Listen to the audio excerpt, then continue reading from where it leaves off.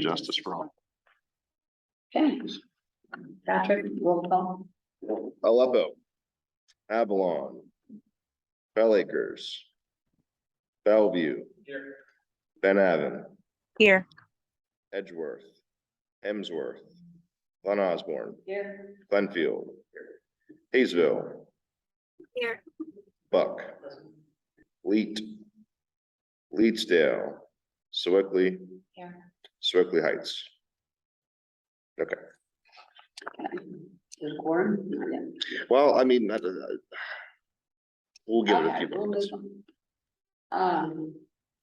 Since we don't have a quorum, why don't we skip the approval of minutes and the financial reports? Do you want to go over the financial reports? That'll give us some time. Yeah, so hopefully everyone had a chance to take a look at the packet, but you'll see the bills for this month, pretty much the same as usual. We have our unemployment compensation that's due for the Pennsylvania State Association of Boroughs we go through. But more or less, the bills are business as usual. Our accounts are in really great shape right now. As I pointed out last month, I think for the first time that I could find, at least, we both our general savings account and our capital fund accounts over $100,000 for both. So really happy to see that.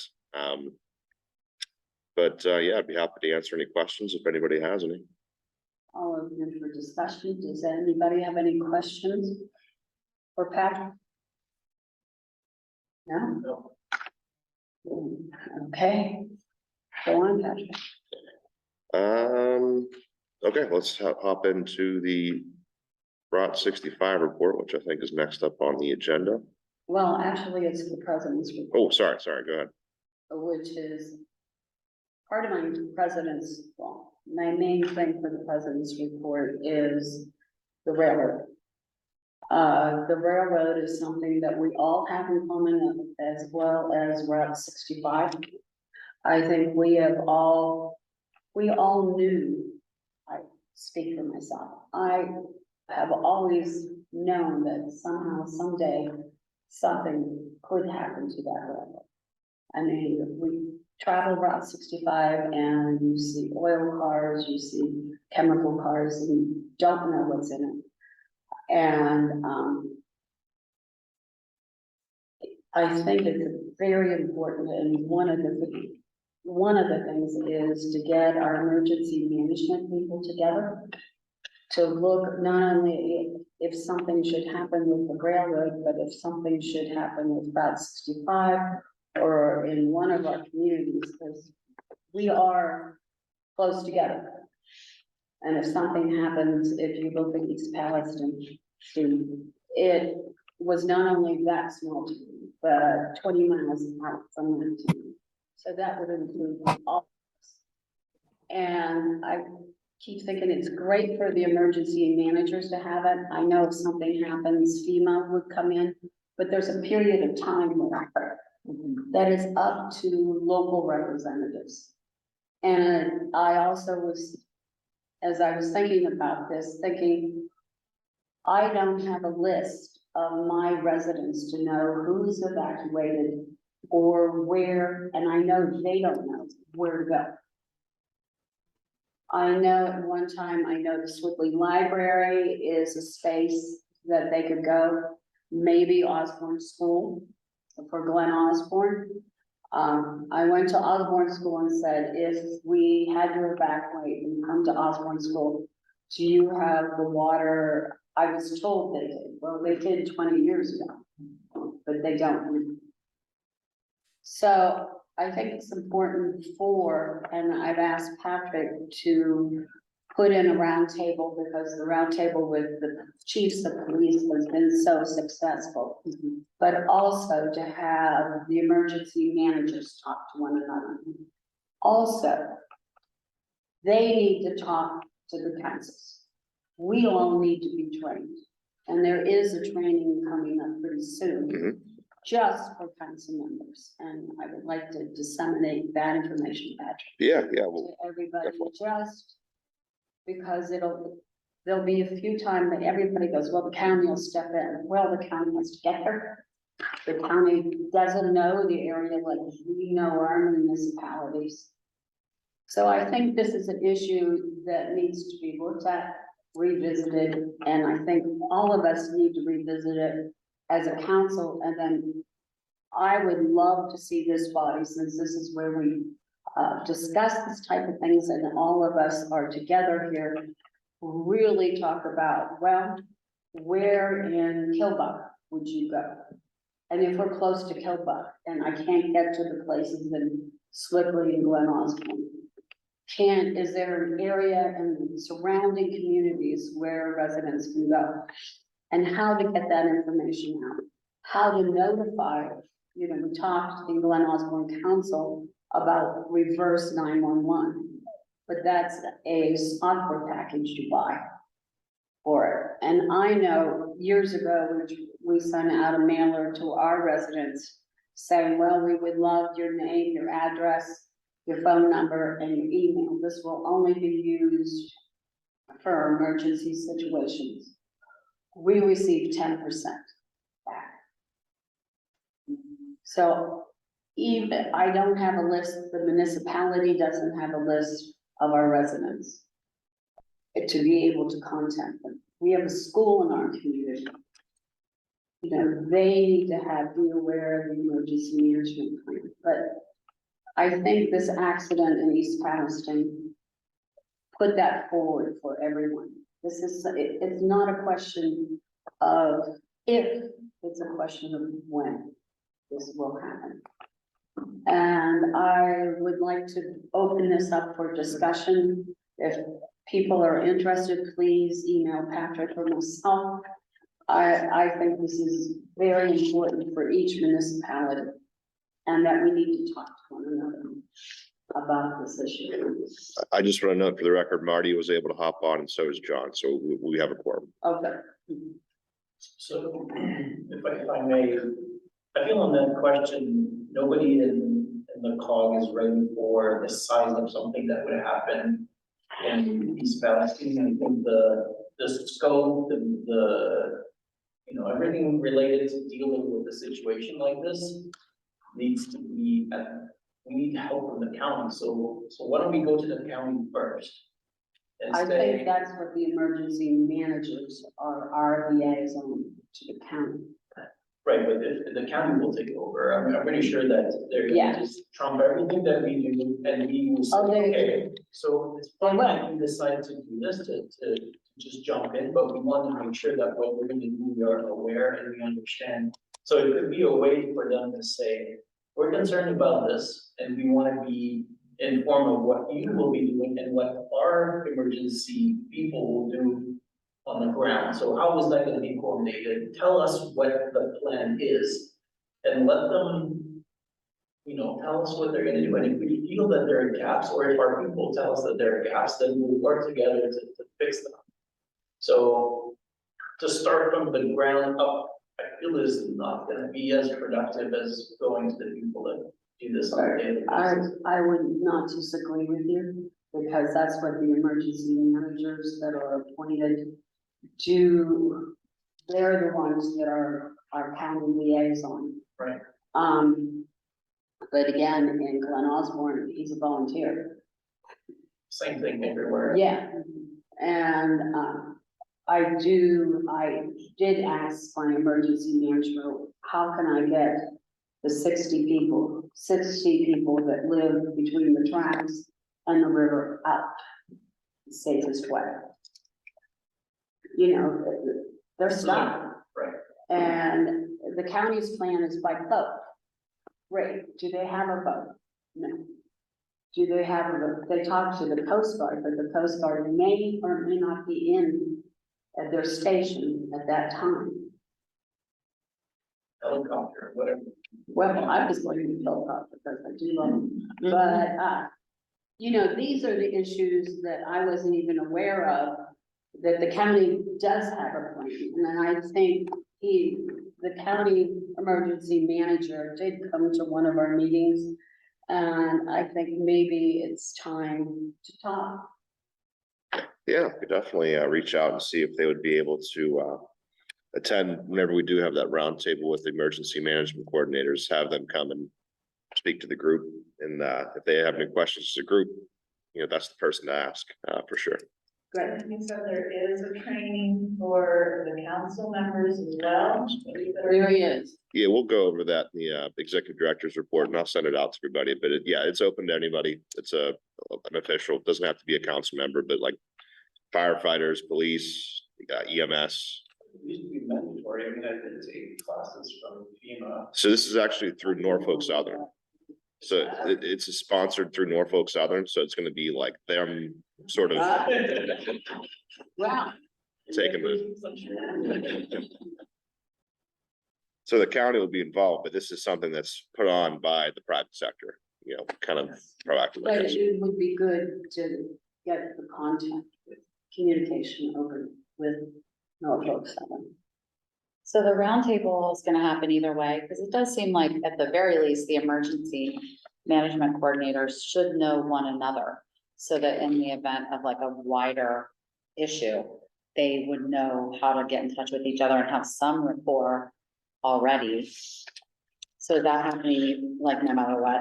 So if you could relay me the contact info for Swiftly, that's the last person I'll need. Okay. So after I get that, I send an email to the group. There was a list that was compiled before I was hired, like in 2018. It's pretty incredible how many different names there are just Yeah. 5 or 6 years later. So I think, as you mentioned, having everyone see each other, get to know their strengths, what they have to offer as far as equipment. I think this would be a really good opportunity for everyone to understand that. Great. Is that the meeting you were referring to at Yes. the beginning of? Okay, But if you could forward that whenever you have a chance down the road. sure. Well, Yeah. his name is Mike Mullins, Oh, but I okay. have to get you the. You know what? I think I did It's meet with you Cynthia, before. it's Cynthia Mullins is the president of our council. It's her Okay. husband.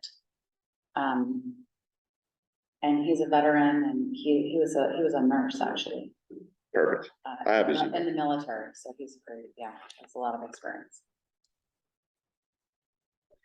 Okay, any other discussion? Okay. We'll go back to approval of the March 15 meeting minutes. I'll take a motion to approve those minutes. Is there a second? All in favor, signify by saying aye. Aye. Perfect. Okay. Next, I need a motion to approve the March financial reports, the unpaid bill list, and the payroll summary. Awesome. Is there a second? Second. All those in favor signify by saying aye. Perfect.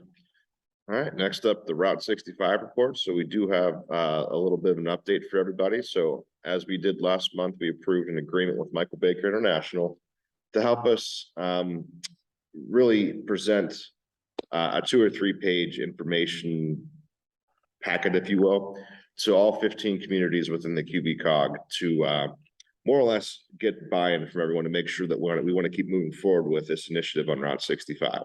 So we did have a meeting. I met with the team, Michael Baker, I think March 28th, as it says in the packet here. We have an assigned project manager, Catherine Schlesinger. She's going to be helping us out. And we basically identified 3 main overarching goals that I think that we discussed as an executive committee and as a group in the past of safety, resiliency, and infrastructure for Route 65. So this sales pitch, if you will focus on those 3 things. And will be finalized no later than June 30th. That's the timeline that we established. So, and as we approved last month, the cost won't exceed $2,500. And this will be hopefully ready for our July meeting to go over as a group. And then from there, each delegate would be asked to just take that to their councils and their boards and just kind of go over it with them so they're more familiar with what we've done and what we intend to do moving forward. Thank you. Thank you.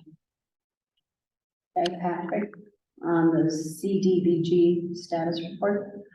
So this is definitely a bit of a point of frustration for us dealing with the county's executive, the economic development team in Allegheny County. But we did get a few payments trickling in here. But it's fitting that we're in Bellevue and they have two cases that we're still trying to get across the finish line here with the county. One is a demolition project that was completed like 6 months ago. And it's all bureaucratic stuff. It's nothing that we're waiting on or from the contractor. It's nothing that we need to do. It's more or less, you know, just kind of banging our heads against the wall, hoping that they actually give us what we need. But today I was told that they're going to split the payment up for the demolition in 2 different payments because of some sort of bureaucratic paperwork that needs to be done on their end.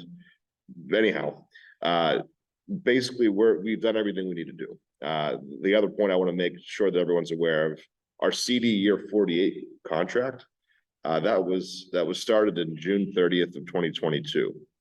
We're in April now, and we still don't have the contract. So none of those projects are able to move forward. One's in Swickley, one's in Bell Acres, one's in Leedsdale, one's in Lee Township. So if you do have any questions, you know, if people are asking in your boards or your councils, please let them know we're still waiting on that paperwork. And once that paperwork's in our hands, the first thing we're going to do is apply for an extension because the contract ends in June of this year. And then the second thing is we're going to put these projects out to bid and hopefully get them done, you know, while the weather's good this summer. So my apologies, but it's like we're just sort of in this purgatory, you know, waiting on things to get to us. So we don't get penalties on the payments that the contractors are asking for? The contractors, I don't know how they've been as patient as they have been, but they you know, they obviously want to touch base with me and they ask me what's going on and I loop them in, give them as much detail as I can. They've been understanding. I always ask them right off the bat whenever I know there's a delay, send me a letter, you know, on their company letterhead, and I relay that to the county. Usually that helps move things along a little quicker. For whatever the reason this time, I don't know if it's the new staff that we've been working with or what the case is, but the paperwork seems to just really, they're bogging it down. They're asking for extension requests and they'll wait a month to tell us that, oh, I need to change a word in the extension request. Or, oh, the payment needs to be split up so many different ways because. Maybe we should have said that. Yeah. But I did meet with a couple of representatives at the county at ALUM last weekend and, you know, they pretty much they told me the same thing they tell me over the phone and they, oh, we're sorry. And, you know, okay, you know, but, you know, there is progress, but at the same time, it's a lot slower than we wish it was. Okay, let's move on to the executive director's report. So a lot of good stuff to go over here. First thing, I'm not sure if anyone was able to make it today, but there was an air quality workshop put on by the Group Against Smog and Pollution, or GASP. So I did attend the webinar. It was at 3 o'clock this afternoon. Good news, because we attended, we're going to get a purple air monitor. Oh. It's one of those air monitors that you can track, you know, the air quality and the pollen and all that good stuff. I threw my hat in the ring and no one else was interested that was on the call. And we'll have the physical monitor I could bring to the next meeting. But the thing I would ask is if any of your communities are interested in hosting it, what we'll need is a location that has Wi-Fi and an accessible plug, more or less, that you can plug it in outside. It's called Purple. Yeah, the company's name's Purple. I'll have a little more info on it. I mean, this was just like 2 hours ago and I was like, you can look, yeah, you can look it up now. I mean, my neighbor behind me has one on his house and there's one out in Bell Acres. You can see where they're at. I know there's 2 between me, one in Leet and one in Bell Acres, and you can look at the, it's online real time, what's going on. Yeah. Mhm. Yeah. So we'll have one free of charge. Like I said, the only 2 requirements is we'll need a location with Wi-Fi and someone to plug it in. So just kind of keep that in your back of your heads. I'll bring it in next month so we can all see it, and then we'll just decide as a group, you know, where we plug it in. But it's just one. But yeah, totally free. Could you send out their website where Yeah. they have their information? It is very interesting. I do have one on my outside. But I can watch East Liberty and Clareton, Cookworks. And Yeah, so I'll get that information out to everybody. The other thing sort of linked to what we talked about with the railroads. We'll go over that later on in the meeting. I don't want to bog it down now. So that training that was mentioned is going to be hosted by Norfolk Southern. They're coming to town in October of this year, between October 10th and October 12th. This is going to take place at the Wall, PA Pitcairn Yard, Railroad Yard. And this is open to anyone in local government. So elected officials, emergency responders, fire, police, anyone that, is interested and would benefit from this is encouraged to attend. It's free. I do have this information on our website, and I can send it out to the group via email as well. But they're going to have a safety train, and they're going to be there, the actual industry themselves. So if there's questions that you have or your residents and constituents have, this is the time to go there and see and ask those questions. So, and the other thing I wanted to highlight, SPC, the Southwestern Pennsylvania Commission, is going to be hosting an electric fleet exposition at Robert Morris's UPMC Event Center. And this is another totally free event. It's going to take place on May 24th. So if you're interested in maybe taking a look at what's available for electric vehicles for your public works, your police, your code enforcement, this is the time to take a look. They're going to have charging demos, people that can explain how to charge the vehicles and maintain them. I'll be attending it. I think it's really interesting, and it's crazy how fast this industry is moving. And West Mifflin was at Alum, and they actually have 2 police vehicles, public works. They're like a pilot program with Duquesne Light and PADEP. And I feel like those that get the head start now are going to really be able to take in the benefits of the tax incentives and the help from the state and federal government. So definitely encourage everyone that's interested in learning more to attend that as well. Okay. Any questions or discussion about the executive director's report? Here none, so we'll move on to new business, which is the Route 65 traffic. So the police chiefs committee expressed interest in their last meeting to sort of revive a task force that was it was in the 1990s, I guess, and it was all the way from the city of Pittsburgh to Beaver County, and it was our municipal, it was the county, it was the state police, it was the city of Pittsburgh police that worked together and got money from PennDOT to enforce, traffic regulations on the boulevard. Somewhere in time that seemed to just kind of fizzle out, but they asked me to look into seeing what we could do to bring something like that back. So I did reach out to PennDOT and found that there is funding for similar projects, but right now we fall underneath the West Hills Traffic Enforcement Task Force, and that's the money goes there and it's funded through that task force. So I spoke with Lieutenant Shiner of the Moon Township Police Department, who actually administers all of that. And you might be familiar with it with the DUI task force that a lot of our communities participate in too. But he encouraged me to get a letter together that will go to PennDOT, just basically asking for some more funds that would be sent to that task force that can then be reallocated to pay officers that would be in a traffic force on Route 65. So it looks like, it probably will happen. We'll get something. How much that is, we don't know, but more or less we have to ask. And then from there, it would be up to Lieutenant Alkey of Moon Township and our police chiefs to coordinate something, So he's going to be actually coming to our May 1st meeting to speak to our group.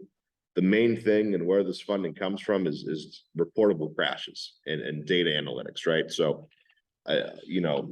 he mentioned that a lot of the crashes might not be documented, not just here, but across the state and across the region, the way that they need to be to qualify for some of the funding. So he's going to come and speak to the group, the police chiefs group, to make sure that they're aware, and then they can distribute that information down to their departments as well. So, exciting opportunity here if we're interested in writing that letter. For everyone but the state police. I've been paying attention to 65, and I really started to figure out that I think the worst stretch is Bellevue and Avalon. I mean, just all those businesses, it's crazy. There was something written on, like how they have like marquees for fast food places, like Dairy Queen had like on its marquee, like, don't block the boulevard. It said, don't block the boulevard on it, like people were waiting to pull in there and stopping. Yeah. And I'm just like, this is the worst part, like, it is seriously scary. And then there will also be cars going 60 miles an hour. So I mean, man, if they could just focus on that, that would be a huge improvement for us. Cause some of it, you can understand why people are going that fast, cause it seems like I, Yeah, it's. Our police and fire departments are very busy especially like when the sun comes down like this. It's right. Your eyes coming in from the city and you're speeding and then get to Kendall and that light, that's where all the businesses start and yes, turns and, yeah, I hate that. yeah.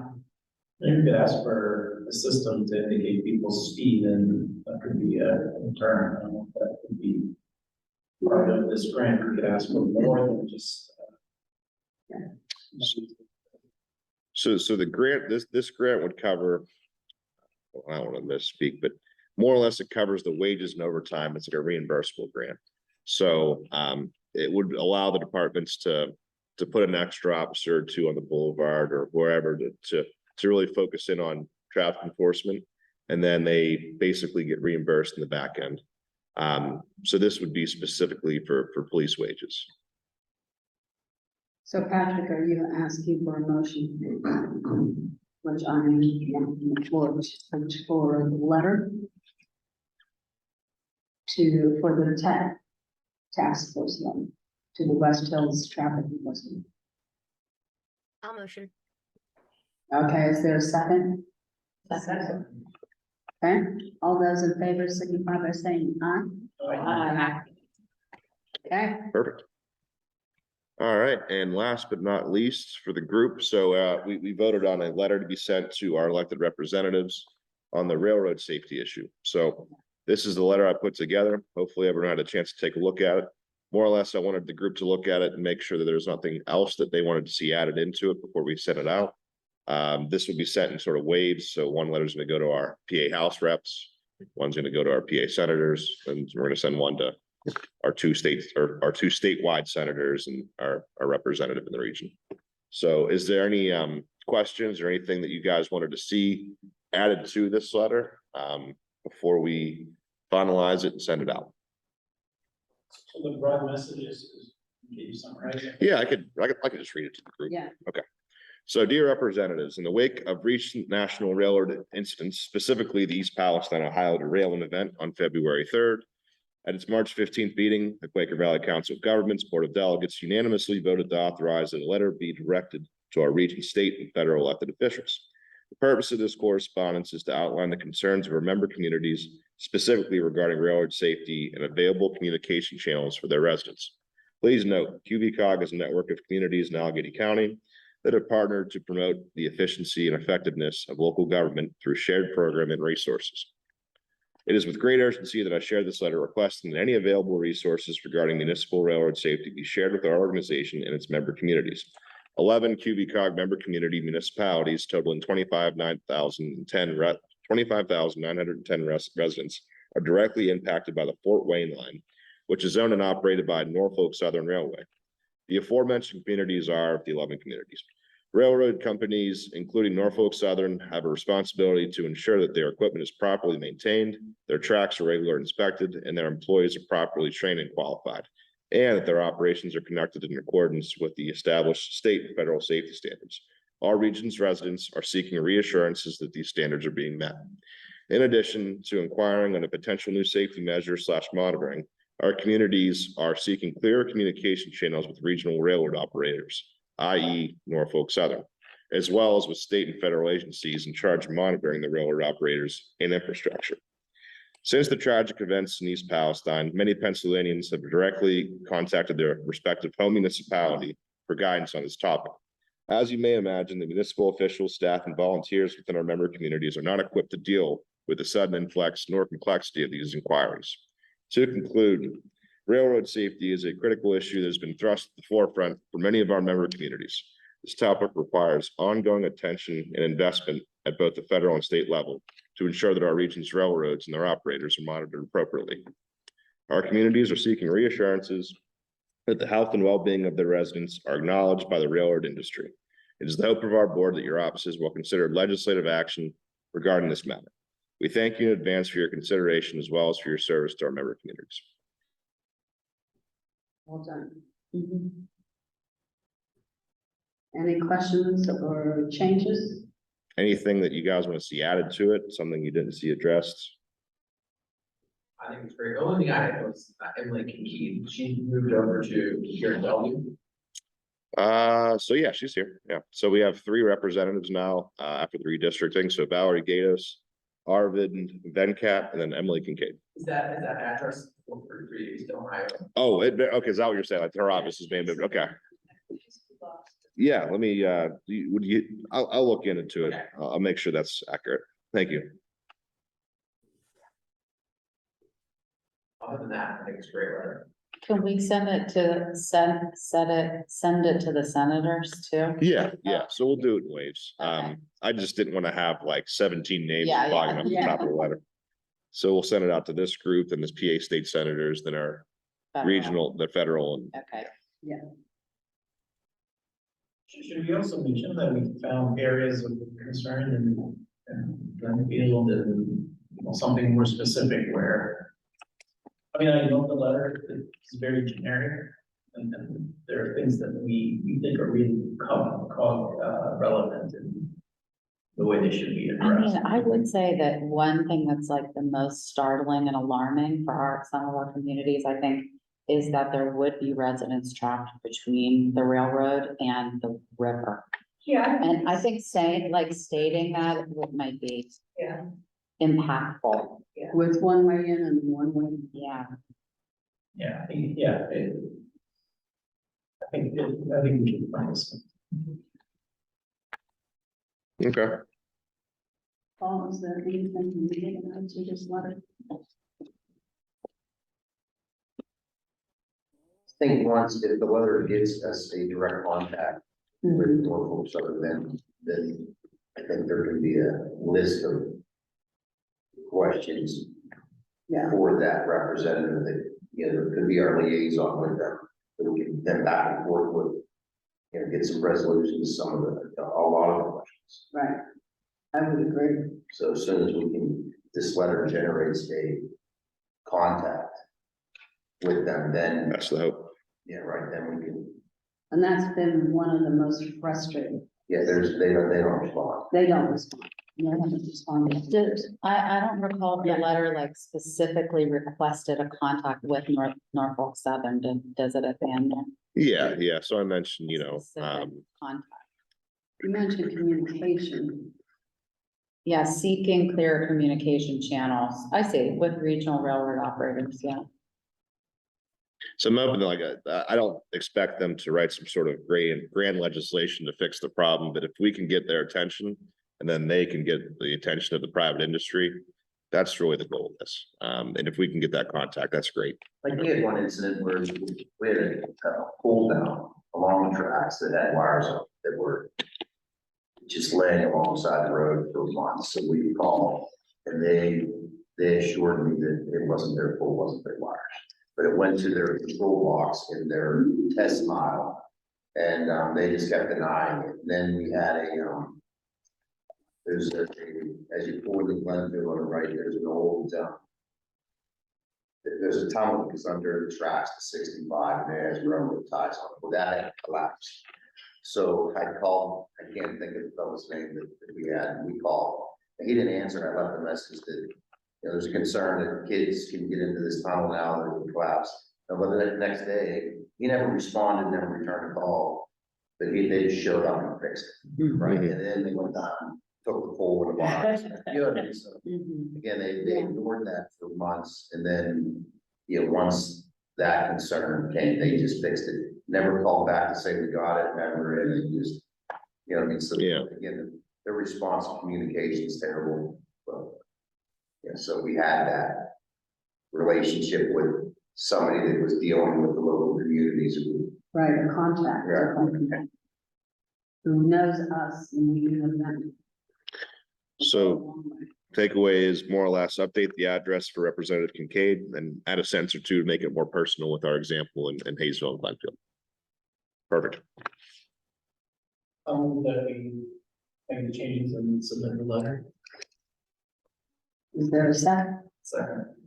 All those in favor signify by saying aye. Okay. And that's all I had for you. So I guess we'll go around the We do the concern. I have to say. It is. This is all business.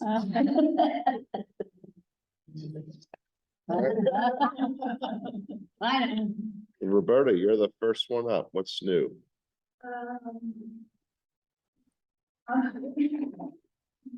Back. Sure. All righty. Dan, what's new in Bellevue? But we got some stuff happening in Bellevue as far as, for volunteer fire stuff. No one started us certifying volunteers. Dealing with some resident, concerns and whatnot. So I think that's really been the hot topic in the borough. And I think it will be for, I don't know how long. But I'm not sure what that means, to get certified. So we have, a hybrid model where we have paid guys Okay. and we have volunteers. There was a letter put together by a committee of 4 council members that found some things here and there. And ultimately the group decided to decertify, basically remove volunteers from Bellevue Borough. 6 voted yes, 2 of them voted no, me being one of those. But it was interesting how it all came about. It was very, that night they read the letter and made the motion. And I thought it was not done in those tasteful ways. But I know the volunteers are, having their lawyers, I believe, speak to the borough, and that's really been the hot topic in the borough as far as, what are we gonna do? But I can assure everybody that Bellevue has paid staff that are here to handle fires, and if they need assistance, Pittsburgh Bureau of Fire is 2 miles down the road to come in and help out as well. And then, and then there's the mutual aid folks, from the area to also help out. So that's what we're busy with right now. So I'm curious, how many firemen do you have? So there's 2 full-time guys, and then there's 2 to 3 part-timers that we have available. I mean, I think personally, as I've looked into fire departments, what is required to become a fireman and the extra hours when you have another job is phenomenal. Just phenomenal what is required. Yeah, one of the issues that, I have seen, I was on some of those Connect Future Fire meetings, that were not part of this decision, is that volunteerism is very hard to come by. Everybody has a full-time job, so if during the middle of the day, there's a structure fire, a flood in a basement, a tree down. A lot of these, guys and gals are at their full-time job, they can't come, so that's why a lot of people are pushing for a paid group of firefighters. Yeah, when did you go to the hybrid model? So that hybrid model's been in place probably since 1970. Well, I was alive.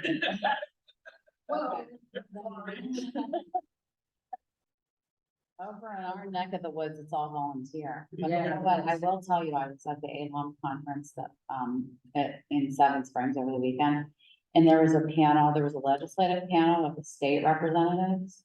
And any elected official, local elected official there was an opportunity to ask a question.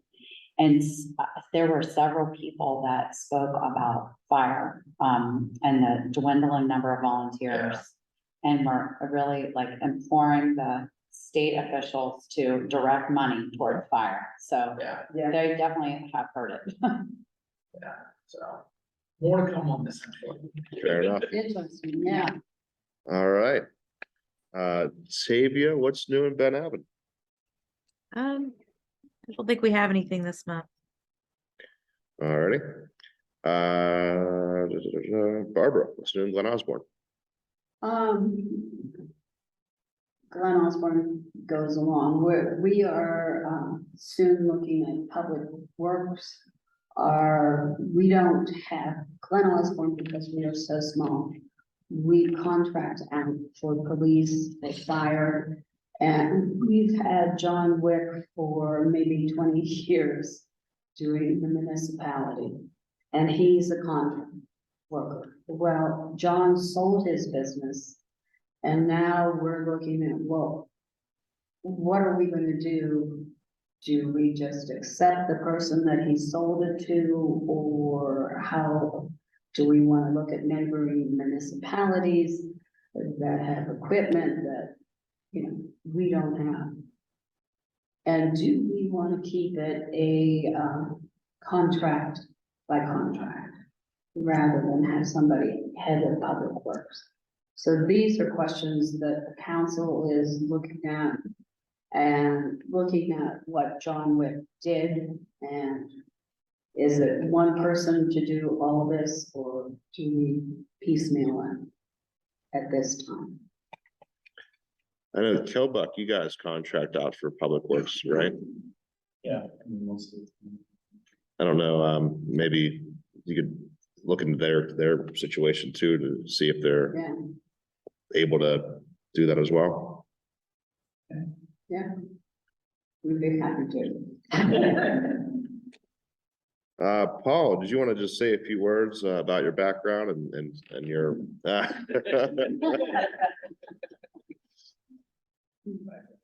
Fair. Anything going on in Glenfield? I mean, just the, trying to get on board with the EMC with Aleppo and the training topic.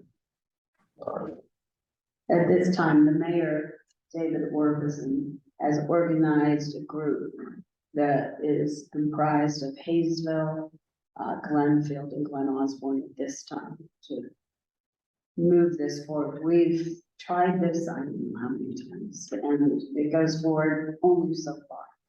But this time, we really see a need to move it forward. Yeah, I think the meetings have been very productive. Everyone's been really good to work with so far on that front. Yeah. All righty, Amanda, anything in Hayesville? Nope, not at this time, pretty much all the same. John Sebastian, what about Killbuck? I guess the big thing in Killbuck, and I can't talk too much in depth about what's happening in terms of, there's some legal stuff happening, but we're looking at a big police pension reform. It could be really big, and we're consulting with a lot of people, and so that could be, we'll see what happens. If it's positive, I'll talk about what we did, because I think it will impact the budget for decades to come in a good way, so, yeah. Okay.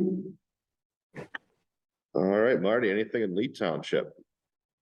To follow up on the discussion about the lack of volunteer firefighters and recruitment, I don't know if anybody else did this, but we adopted a program, it's under the state law now, Act 172, where to attract firefighters and retain them, you can give them a tax break if they're qualified. And they get an earned income tax break and a property tax break. And if they complete so much training and are active, there have to be criteria about how many training sessions you go to, how many fires you go to, and so on. But hopefully that helps somewhat. No, that's awesome. Thank you very much for that. Marty, what was the act called again? 172. Thank you. Any other topics, Marty? Okay, Julie, concerns quickly. Just that Swiftly Council unanimously rejected the request to tear down that historic house that's behind St. James Church on St. James, on the diocese, Catholic diocese property. They wanted to tear down the building, and council said no. The Pittsburgh Historic Landmark Foundation is looking to do some fundraising efforts to try to revitalize that building. So if anyone cares about old buildings, they're. Yeah. And it's in the historic district. It's in the historic district, so it it needed approval from council in order to be torn down, so. And who wanted to tear it down, the church? The church wanted to. Mhm. And that's it.